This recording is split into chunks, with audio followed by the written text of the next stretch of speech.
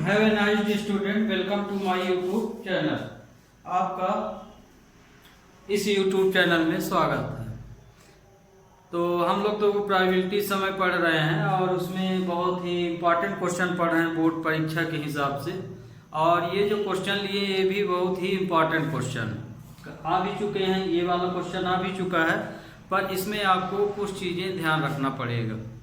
कुछ चीज़ें का मतलब ये कि आप क्वेश्चन को रटिए मत, सिर्फ इसकी थ्योरी समझ लीजिए। इस तरह का एक क्वेश्चन अक्सर आ जाता है। तो इसमें थ्योरी ये है कि जैसे ये क्वेश्चन दिया है, a husband and his wife attend in interview for 2 vacancy of A post. इसमें पति और पत्नी जो है नौकरी के लिए, किन्हीं 2 पोस्टों के लिए आवेदन करते हैं नौकरी के लिए, है ना। इंटरव्यू के लिए 2 वैकेंसी निकली हैं जिसमें वो इंटरव्यू देने जाते हैं और उनके सेलेक्ट होने की जो प्रोबेबिलिटी है वो 1/4 है और पत्नी की 1/6 है। तो क्वेश्चन है, a husband and his wife attend an interview for 2 vacancy for a post. किसी एक पोस्ट के किन्हीं 2 वैकेंसी के लिए पति और पत्नी इंटरव्यू के लिए जाते हैं। पोस्ट कितनी है? 2 पोस्ट हैं। Probability of the husband being selected is 1/4, जिसमें से 1/4 जो है सिलेक्शन की पति के सेलेक्ट होने की probability 1/4, 1/4। And where that of his wife that the wife is 1/6, और उसकी पत्नी के सेलेक्ट होने की प्रोबेबिलिटी है 1/6। Find the probability that any one is select, किसी एक के सेलेक्ट होने की प्रोबेबिलिटी बताइए। At least one of them is selected, कम से कम एक तो सेलेक्ट ही हो जाए उसकी प्रोबेबिलिटी बताइए। नॉन ऑफ देम, दोनों की सेलेक्ट ना होने की प्रोबेबिलिटी बताइए, और दोनों के सेलेक्ट होने की प्रोबेबिलिटी बताइए। ये है क्वेश्चन।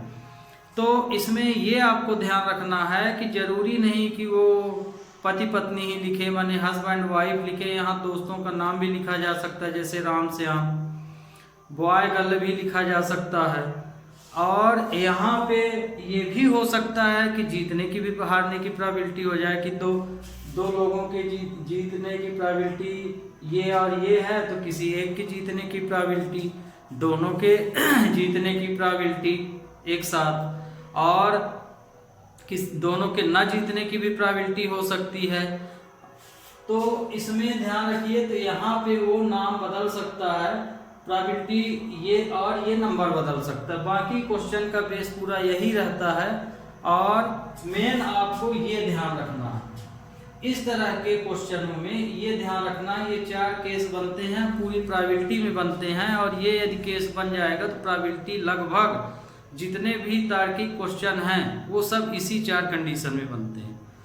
तो इस क्वेश्चन में ध्यान रखिएगा, यहाँ वो हस्बैंड की जगह कोई नाम लिख सकता है और प्रोबेबिलिटी कुछ भी लिख सकता है ना।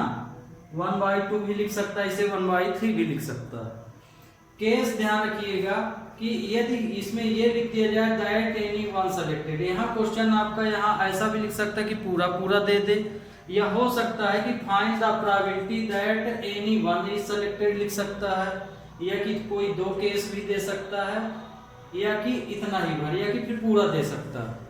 तो जैसे किसी एक के सेलेक्ट होने की प्रोबेबिलिटी देता है तो उसका केस ये होता है, ध्यान रखिएगा। एक प्रकार से ये फार्मूला भी है।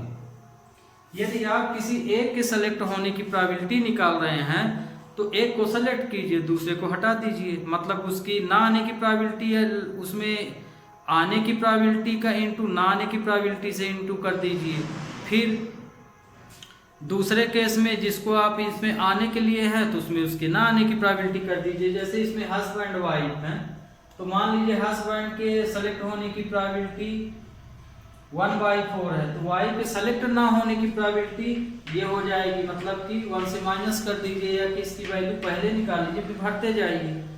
फिर इसमें देखिए हस्बैंड सेलेक्ट हुआ तो उसकी वाइफ सेलेक्ट नहीं हुई, फिर प्लस हस्बैंड अब सेलेक्ट नहीं हुआ तो वाइफ सेलेक्ट हो गई, तो माने कोई ना कोई एक तो सेलेक्ट ही हो रहा। तो इनमें से किसी एक के सेलेक्ट होने की प्रोबेबिलिटी इस तरह से होती है और आपस में ये जुड़ती जाती है। तो ये probability that any one select के लिए है, इसको इसलिए लिए हैं, देखिए यहाँ प्रोबेबिलिटी कोई एक सेलेक्ट हो रहा है, इसमें अनिवार्य कर दिया है, लीस्ट वन कर दिया, कम से कम एक तो सेलेक्ट ही हो। तो देखिए केस वही है, यही केस रहेगा, पर इसमें ये डिफरेंट है कि आप इसमें इंटरसेक्शन से इनटू कीजिए। इंटरसेक्शन से इनटू मतलब कि इनकी जो प्रोबेबिलिटी है सिलेक्शन की, उसका इंटरसेक्शन निकाल लीजिए, दोनों का इनटू हो जाएगा।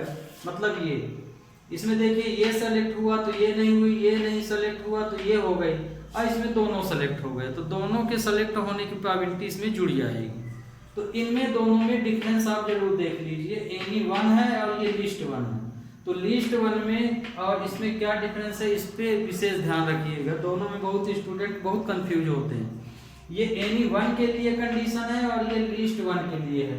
तो लिस्ट वन की कंडीशन क्या है कि इसमें इंटरसेक्शन मतलब कि सेलेक्ट होने की प्रोबेबिलिटी प्लस हो जाती है, दोनों के सेलेक्ट होने की प्रोबेबिलिटी प्लस कर देना। और ये तो नीचे का आप ये वाला जानते ही हैं, ना आप दें दोनों के ना सेलेक्ट होने की प्रोबेबिलिटी, तो सेलेक्ट होने की निकाल लेंगे तो 1 से माइनस कर देंगे तो ना होने की प्रोबेबिलिटी आ जाएगी। होने की प्रोबेबिलिटी दिया है तो दोनों का इनटू कर देंगे। तो इसमें आप देखिए क्वेश्चन, तो हमने मान लिया कि हस्बैंड के सेलेक्ट होने की प्रोबेबिलिटी PH = 1/4। वेरिएबल आप अपने से ABC ले सकते हैं, हमने H ही लिया है नाम के अनुसार H और W। तो ये दिया है 1/4, ये 1/6, ये क्वेश्चन में ही दिया है। तो पहला है दैट एनी वन सेलेक्टेड, तो probability that any one selected क्या, तो इसमें पति सेलेक्ट हुआ तो पत्नी नहीं हुई, फिर प्लस पति सेलेक्ट नहीं हुआ तो पत्नी हो गई। तो अब इसमें पति के सेलेक्ट होने की प्रोबेबिलिटी 1/4 है और पत्नी के ना सेलेक्ट होने की प्रोबेबिलिटी, सेलेक्ट होने की प्रोबेबिलिटी में 1 से माइनस कर दिए, ये आया। फिर इसमें हस्बैंड के ना होने की, सेलेक्ट ना होने की प्रोबेबिलिटी सेलेक्ट होने की प्रोबेबिलिटी 1/4 है, तो इसे 1 से माइनस कर दिए तो ना सेलेक्ट होने की आ गई प्रोबेबिलिटी। और ये पत्नी के लिए सेलेक्ट होने की प्रोबेबिलिटी है, तो इसका जब हम सॉल्व किए तो ये आया। तो मतलब कि इसका आंसर आया 4/5।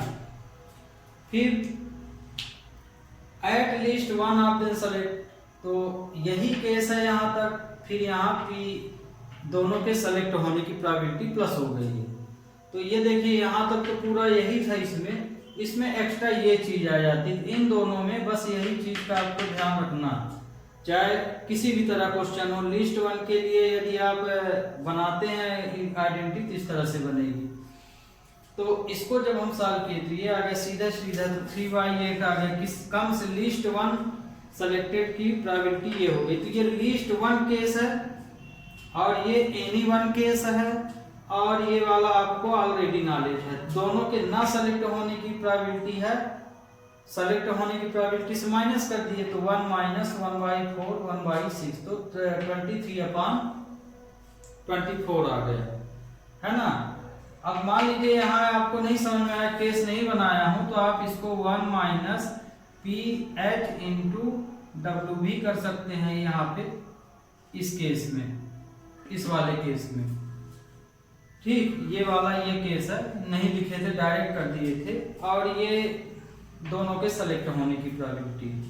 तो इस तरह से इस क्वेश्चन को स्टूडेंट जरूर ध्यान रखिएगा। यहाँ पे वो नाम बदल सकता है ना, लेकिन क्वेश्चन की केस यही देता है, इससे ज्यादा केस नहीं होते हैं इसमें। तो इन केसों की स्टडी आप जरूर कीजिएगा। स्टडी चाहे आप क्वेश्चन तो ऑलरेडी आप 12th में नहीं रटेंगे, है ना, आपको मेन इसकी थ्योरी ही चाहिए। तो थ्योरी इसीलिए मैं इस क्वेश्चन को उठाया हूँ कि ये 4 केस देख लीजिए, ये क्योंकि इन दोनों केस में स्टूडेंटों को बहुत धोखा होता है, पहले और दूसरे। तो एनी वन लिस्ट वन इस तरह से होता है, ये एनी वन ये list. Okay student, we take next question.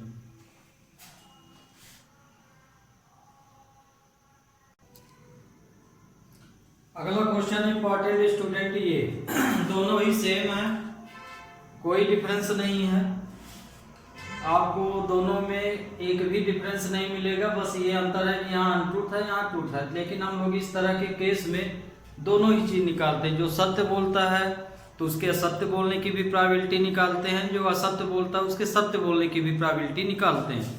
तो जब ये दोनों केस हम निकालते हैं तो मतलब दोनों क्वेश्चन सेम हो गए। तो इसमें देखिए आपका ये अगला क्वेश्चन, ये भी बहुत इंपॉर्टेंट है। इस तरह का एक क्वेश्चन देख लीजिए, सत्य असत्य वाले। इसमें भी वही काम करता है। ए बी दो लोग हैं जो सत्य असत्य बोलते हैं, तो ए बी की जगह राम और श्याम भी लिख सकता है, पति पत्नी भी लिख सकता है, बॉय गर्ल भी लिख सकता है यहाँ पे, और परसेंट बदल सकता है। क्वेश्चन सेम उसी तरह से लगेगा। इसमें ये बोला गया question, A speak truth is 25% and B speak untruth is 60%। Find the probability when they contradict each other. यदि ए के सत्य बोलने की प्रोबेबिलिटी 25% है, ए के सत्य बोलने की प्रोबेबिलिटी कितनी है? 25% है, और बी के असत्य बोलने की प्रोबेबिलिटी 60% है ना, और अनट्रूथ लिखा 60% है। तो प्रोबेबिलिटी फाइंड कीजिए कि यदि दोनों एक दूसरे का विरोधाभास उत्तर देते हैं, मतलब कि find probability when they contradict each other, यदि ये दोनों लोग एक दूसरे का विरोधी बात करें, माने वो यदि बोले नहीं ये होगा तो वो बोलेगा नहीं ये होगा, मतलब कि एक दूसरे से बिल्कुल अपोजिट ही बोलते हैं। यहाँ पे मतलब ये है, ध्यान रखिएगा, कॉन्ट्राडिक्ट का मतलब कि दोनों ही एक दूसरे का विरोधाभास करते हैं, माने विरोध करते हैं। यदि बोलेंगे आप दिन है तो दूसरा वाला बोलेगा रात ही है, दिन नहीं है। तो यहाँ पे कॉन्ट्राडिक्ट का मतलब ये है, मतलब कि आप पूर्व में जा रहे हैं तो दूसरा बोलेगा कि आप पूर्व में नहीं जाएंगे, वो बोलेगा पूर्व में मैं नहीं जाऊंगा, पश्चिम में जाऊंगा। तो आप यहाँ समझ गए होंगे कि दोनों ही एक दूसरे का विरोधाभास करते हैं, माने विरोध करते हैं। तो मतलब ये सीधा सीधा हुआ कि जो एनी वन सेलेक्ट जो हम अभी केस बताए थे पिछले क्वेश्चन में, यहाँ भी वही केस है कि यदि ये बोलता है कि दिन है तो दूसरा बोलता है रात है, मतलब कि एक प्रोबेबिलिटी आ रही तो एक के सत्य होने की प्रोबेबिलिटी वो बताएंगे तो दूसरा असत्य होने की निकाल देंगे, फिर प्लस दूसरा यदि सत्य बोलता है तो पहला वाला सत्य बोल देता है, मतलब विरोध करें, माने यही ना मतलब हुआ जैसे वकालत में होता है। तो ये भी वही केस है। तो इस तरह के क्वेश्चन में हमें दोनों केस निकाल लेना चाहिए, आने की प्रोबेबिलिटी दिया है तो ना आने की निकाल लेना चाहिए। पिछले केस में भी यही करना था, तो हमने वहाँ 1 माइनस से निकाल दिया था। तो जैसे सॉल्यूशन आप ये वाला हम लेते हैं, सॉल्यूशन मान लीजिए ये ए नंबर है और इसको हम बी डाले देते हैं। तो ए नंबर में सॉल्यूशन में A solution A,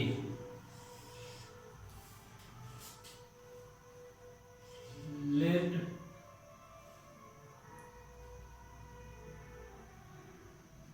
probability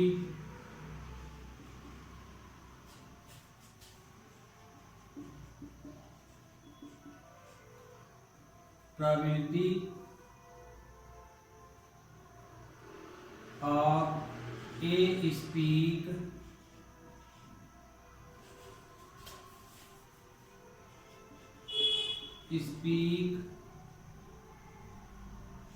truth by A.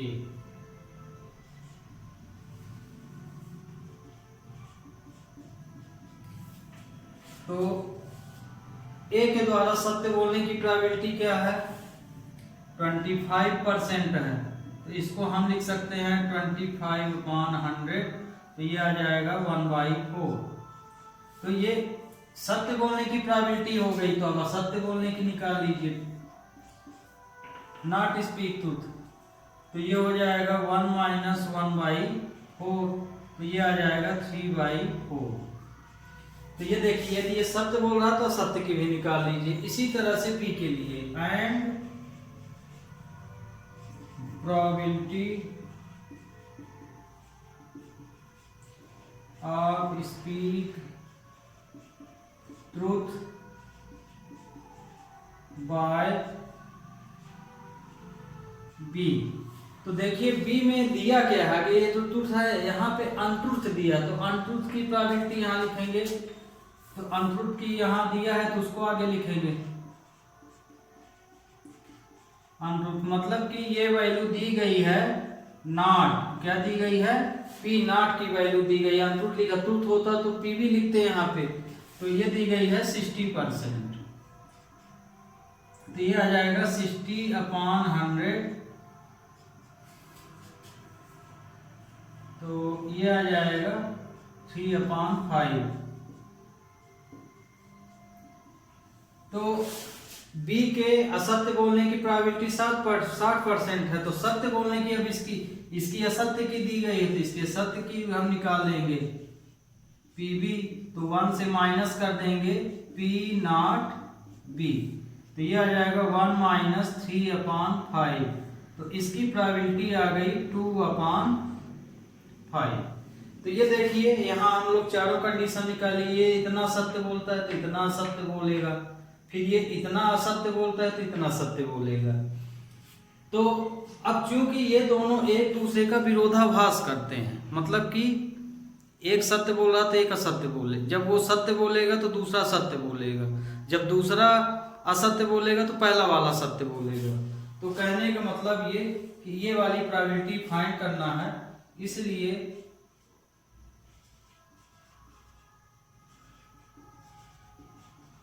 Probability when they contradict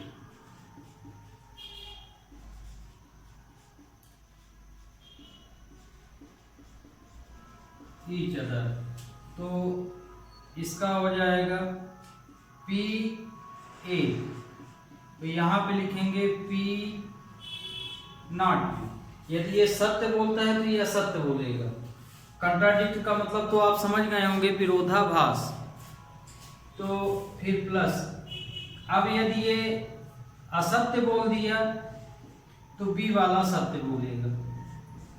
तो कुल मिला के कहने का मतलब ये है कि इनमें से किसी एक के सत्य बोलने की प्रोबेबिलिटी निकालिए, है ना। यहाँ कंट्राडिक्ट लिख दिया, तो अब इसमें ये वैल्यू तो आप फाइंड कर लिए हैं। तो एक बात और ध्यान रखिएगा, यदि ये परसेंट में क्वेश्चन दिया है तो उत्तर भी हमें परसेंट में ही देना चाहिए।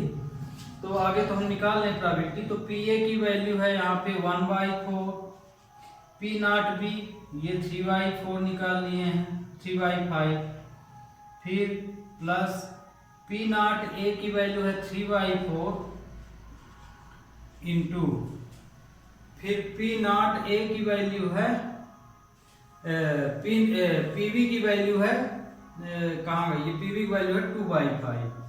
ये तो ये देखिए, ये तो हम लोग सब बनाए हुए हैं यहाँ पे, ये पी ए है, ये पी नॉट ए है, ये पी नॉट बी है, ये पी बी है, चारों वैल्यू बनी हुई है पी बी। ये तो पी ए की वैल्यू 1/4, तो पी नॉट बी की वैल्यू 3/5 रख दिए, फिर पी नॉट ए की वैल्यू 3/4, तो पी बी की वैल्यू है 2/5। तो इसका आंसर क्या आएगा, डिनोमिनेटर सेम है तो 20, तो 3 + 6 आ जाएगा, तो इसकी प्रोबेबिलिटी आई 9/20, है ना। तो आर करके आप परसेंट निकाल दीजिए इसका, तो ये हो जाएगा 9/20 इंटू 100, तो इसकी वैल्यू आ जाएगी 20×5 100, 45%। मतलब कि किसी एक के सत्य बोलने की प्रोबेबिलिटी 45% है, माने विरोध कंट्राडिक्ट कितना आया 45%। तो स्टूडेंट इस क्वेश्चन को भी आप विशेष ध्यान दीजिएगा, ये भी बढ़िया सरल भी है और अच्छा भी है, क्योंकि प्रोबेबिलिटी तो आपको बनी बनाई दे दी गई। तो क्वेश्चन कठिन होते हैं प्रोबेबिलिटी को बनाने में, है ना, कि कितनी प्रोबेबिलिटी आई। यहाँ तो प्रोबेबिलिटी बनी बनाई, बस आप केस लगाइए उत्तर ले आइए, पर हाँ केस आपको सही ढंग से पता होना चाहिए। ओके, तो इस तरह से अब अगला क्वेश्चन ले लेते हैं। अब स्टूडेंट थोड़ा समझिए बेस थ्योरम। बेस थ्योरम आपकी बहुत ही इजी है और इसके क्वेश्चन भी बहुत ही सिंपल रहते हैं। हाँ, क्वेश्चन देखने में बहुत भगभड़ ये बड़े दिखते हैं, पर ये क्वेश्चन बहुत ही इजी और तार्किक तो होते हैं पर समझ में आ जाते हैं, इस तरह क्वेश्चन है। और बेस थ्योरम जो है टोटल थ्योरम से रिलेटेड ही है। टोटल थ्योरम में आपको हम शुरू दिन लेक्चर दिए थे, बेज और टोटल थ्योरम के बारे में आपको बताए थे। बेज थ्योरम में देखिए क्वेश्चन इसी तरह रहेंगे, है ना। बैग की जगह बॉक्स हो जाएगा और बैग की जगह बॉक्स हो जाएगा या कि कुछ और लिख सकता है, पर क्वेश्चन माने इसी तरह रहेंगे। तो ये बेज थ्योरम है। बेज थ्योरम समेशन फॉर्म में ना लिख के जिस फॉर्म में हम यूज करते हैं उस तरह से लिखे हैं। पहले तो इसका मतलब समझ लीजिए। इसका मतलब यहाँ ए और इवन का मतलब है, ए और इवन का मतलब है कि हमने जो भी हम जिसकी प्रोबेबिलिटी निकाल रहे हैं वो किस बॉक्स से या किससे रिलेटिव है, किस बैग से निकलती है या किस बॉक्स से निकलती है या किस कमरे से निकलती है, यहाँ उससे मतलब है ई से। अब मान लीजिए कि बेज थ्योरम के अनुसार, अब देखिए इसको आगे समझ लीजिए, इसी क्वेश्चन के आधार पे इसको आप समझिए। इसमें दिया है कि 2 बैग हैं, क्वेश्चन में दिया है 2 बैग हैं और 2 बैग में से पहले बैग में 3 रेड और 4 ब्लैक बॉल है और बैग सेकंड में 4 रेड और 5 ब्लैक बॉल है। कहने का मतलब ये कि 2 बैग हैं, मान लीजिए एक बैग ये है और एक बैग ये, तो बैग तो 2 ही हैं, है ना। अब 2 की जगह 5 बैग भी हो सकते हैं, 10 बैग भी हो सकते हैं। तो ध्यान रखिएगा जितने भी बैग हों या उसके अंदर जितने भी फिट बाल या बाल हो, चाहे यहाँ बाल की जगह पे वो भी लिख सकता है, क्या बोलते हैं, कोई भी चीज रख सकता है, पेन भी रख सकता है कलर के अनुसार। और तो यहाँ देखिए यहाँ पे ये घटना जुड़ती जाती है। हमें जिसकी प्रोबेबिलिटी निकालना है, मान लीजिए 3 बैग हैं, हम आपको 3 यहाँ लिखे तो 3 का एग्जाम्पल देते हैं। तो मान लीजिए ये सपोज कीजिए कि बैग की जगह बॉक्स ही है, यहाँ तो वो कुछ भी लिख सकता है, 3 इस तरह के डिब्बा भी लिख सकता है या 3 डलिया भी लिख सकता है, बास्केट भी लिख सकता है।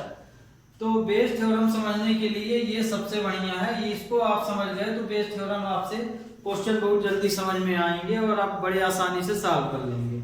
तो इसमें देखिए ये जैसे बॉक्स है तो इसमें कुछ है, जैसे इसमें दे दिया, इसको मान लीजिए हम फर्स्ट बैग मान लिए, इसको सेकंड मान लिए और इसको थर्ड मान लिए।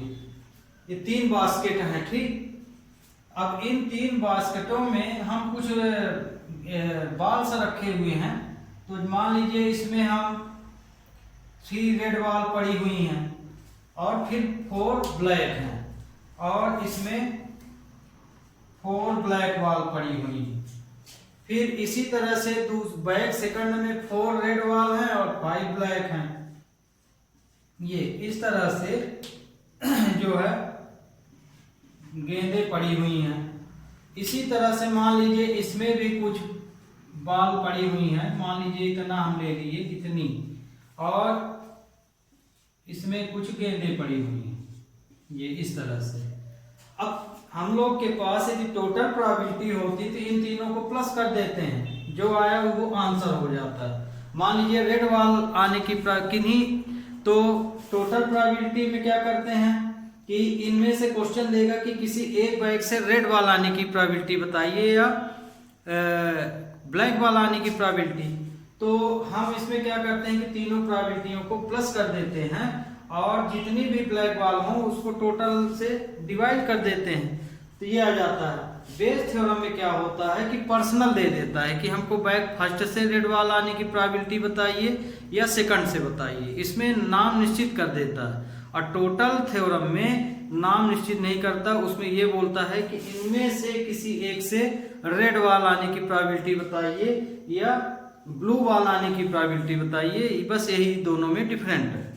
तो अब जैसे हम बेज थ्योरम पढ़ा रहे हैं तो ये तो हम एक एग्जांपल लिए, फिर इसी को इसमें 2 बैग हैं तो एक बैग हम हटा देंगे। तो अब जैसे हमें रेड बॉल की प्रोबेबिलिटी बताना है तो इसमें देखिए बास्केट कितने हैं, 3 हैं, तो इसमें हमें बास्केट की भी प्रोबेबिलिटी निकालना है ना। तो बास्केट की प्रोबेबिलिटी टोटल थ्योरम में भी निकालते हैं। तो 3 बास्केट हैं तो बास्केट की प्रोबेबिलिटी यहाँ तीनों की E1, E2, E3 तीनों की प्रोबेबिलिटी बास्केट की क्या आ जाएगी 1/3 आ जाएगी। तो ये तो बास्केट की प्रोबेबिलिटी हो गई है ना। तीनों बास्केट में किसी एक सेलेक्ट करने की प्रोबेबिलिटी 1/3 होगी। ये तो आपका E1, E2, E3 ये हो गया। फिर मान लीजिए हम बोल दिए कि हमें थर्ड बास्केट से रेड वाल आने की प्रोबेबिलिटी बताइए। तो थर्ड वाला ये है, तो थर्ड में देखिए 1 2 3 4 5 6 7 यहाँ पे ब्लू वाल है, 7 ब्लैक है मान लीजिए, और रेड हम कितनी बना दिए 6 यहाँ पे रेड है। इसमें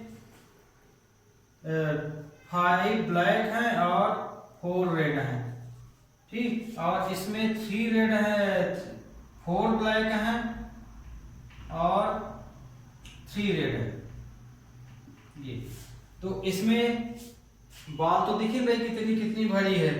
अब मान लीजिए हम बोल दिए कि बैग नंबर थर्ड से रेड वाल आने की प्रोबेबिलिटी बताए। तो जिस बैग का वो नाम ले रहा वो प्रोबेबिलिटी इसमें न्यूमरेटर में जाएगी यहाँ, और बाकी तीनों प्रोबेबिलिटियां यहीं प्लस हो जाती हैं। तो हम जैसे थर्ड वाल से बोले तो थर्ड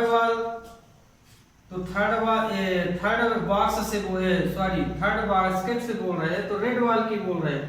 तो रेड वाल इसमें देखिए कितनी है 1 2 3 4 5 6, तो ये आ जाएगा 6 है ना। इसकी रेड वाल की क्या हो जाएगी 6, और टोटल वाल इसमें कितनी है 13 है, तो ये आ जाएगा। तो रेड वाल की इससे रेड वाल आने की प्रोबेबिलिटी हो जाएगी 6/13। अब बैग कौन सा सेलेक्ट किए हैं थर्ड नंबर किए हैं, तो 1/3 का इंटू हो जाएगा ये। तो इसकी प्रोबेबिलिटी तो हम लोग ये निकाल लिए। तो अब देखिए ये जो चीज लिखी रहती है तो PA का मतलब ये वाली वैल्यू आपका मान लीजिए ये A है, इसको हम B मान लिए, इसको C मान लिए, तो इवेंट है। तो ये मान लीजिए ये PA हो गया। अब इस थर्ड गेन से ये वाला थर्ड बैग से हम लोग रेड वाल निकाल रहे हैं, तो उसको हम A मान के चल रहे हैं, तो ये PA हो गया। अब बैग इसमें कौन सा है तीसरा है, तो यहाँ पे हम लोग लिखते हैं PA/E3।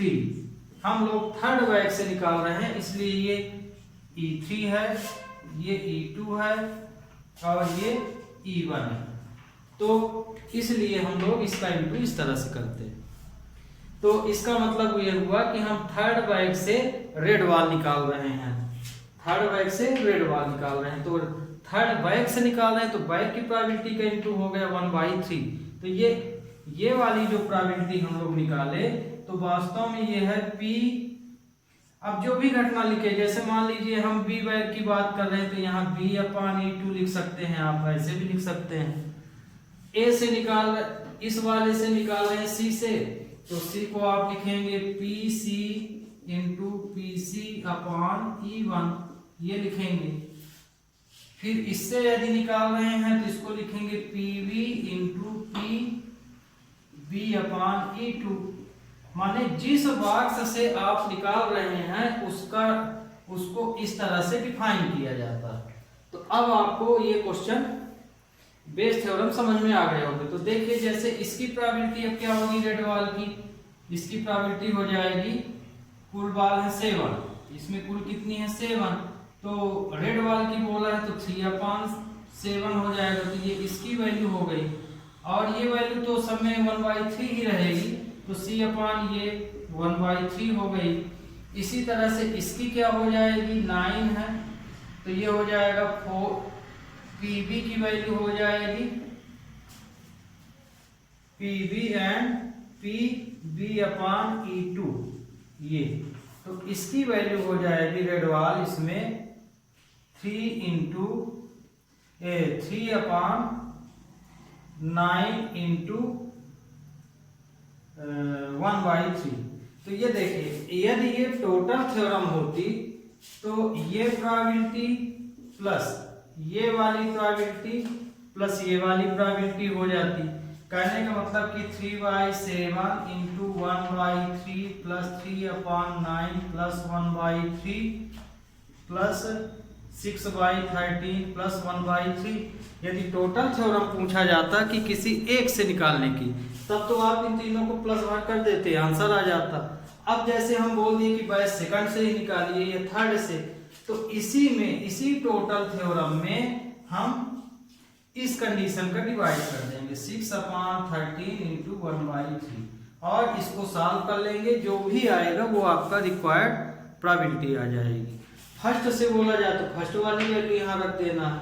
तो स्टूडेंट आपको अब हमारे ख्याल से ये क्वेश्चन जरूर अब समझ में आ गया होगा। अब हम इसको सही ढंग से लिखे दे रहे हैं, आप देख लीजिए।